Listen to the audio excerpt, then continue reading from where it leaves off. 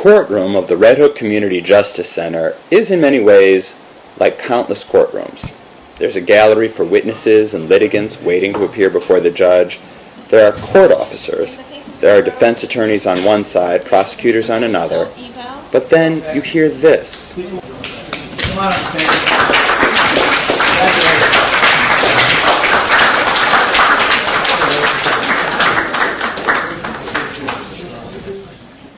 That was Judge Alex Calabrese leading the courtroom in a round of applause for a defendant. Calabrese was congratulating the defendant for doing well in drug treatment, which he'd ordered her to participate in. Another unusual thing is that Calabrese often isn't alone at the bench. He often hosts visitors interested in learning about the Justice Center. Today he's joined by Jack Straw, Great Britain's Lord Chancellor and Secretary of State for Justice, who stopped by to see the Red Hook Community Justice Center in action.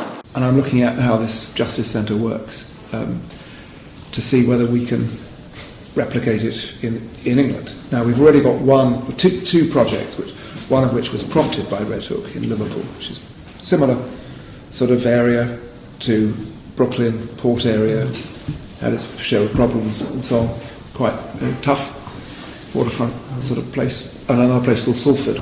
Straw met with staff, planners, and also had a chance to meet face-to-face with a group of ex-offenders who explained how their contact with the Justice Center changed their lives. I was a heroin and crack addict, and I lived on the streets for maybe about 8 or 9 years. Tina went on to explain that Judge Calabrese ordered her to participate in drug treatment. Although Tina got sober, eventually she relapsed and, after a series of arrests, asked to be brought back to the Red Hook Community Justice Center. I asked to come back to this court as opposed to going to Central Brooklyn, and so the precinct brought me. They brought me here. And that day, Judge Calabrese afforded me another opportunity to go back to that treatment facility, but I would be mandated for a year. And I was glad that he said that. I went and I never looked back. And I stayed in the program for 3 years because that's what it took from me. And now I work for that program. Before he left the Red Hook Community Justice Center, Straw reflected on what he'd learned. I've got the sort of sense of the texture of this court. Visits like this help to both give you information about models that could translate across the Atlantic, and indeed to some extent are, but also just get you to see things about your own system in better perspective. So a couple of days across the Atlantic, or just looking at other people's systems, really can help to clear the mind. The day after his visit, Straw penned an op-ed in The Guardian, noting how Great Britain had opened a justice centre modelled after Red Hook, first in North Liverpool and later 12 other sites across England and Wales. "We should not be so proud that we are unable to learn lessons from others," Straw wrote. In New York, they have recognized that the courts cannot do it alone. Without the cooperation of the community, many offenders simply repeat the cycle of offending and detention.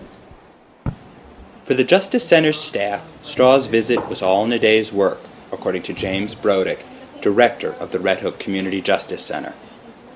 But we host visitors on a weekly basis from all around the country and around the world. And as you know, Red Hook has been a model for many jurisdictions, both in the UK and Canada. So we've had a lot of visitors come through the Justice Center's doors. This is Rob Wolf, Director of Communications at the Center for Court Innovation. To learn more about the Red Hook Community Justice Center or the Center for Court Innovation, visit our website at www.courtinnovation.org.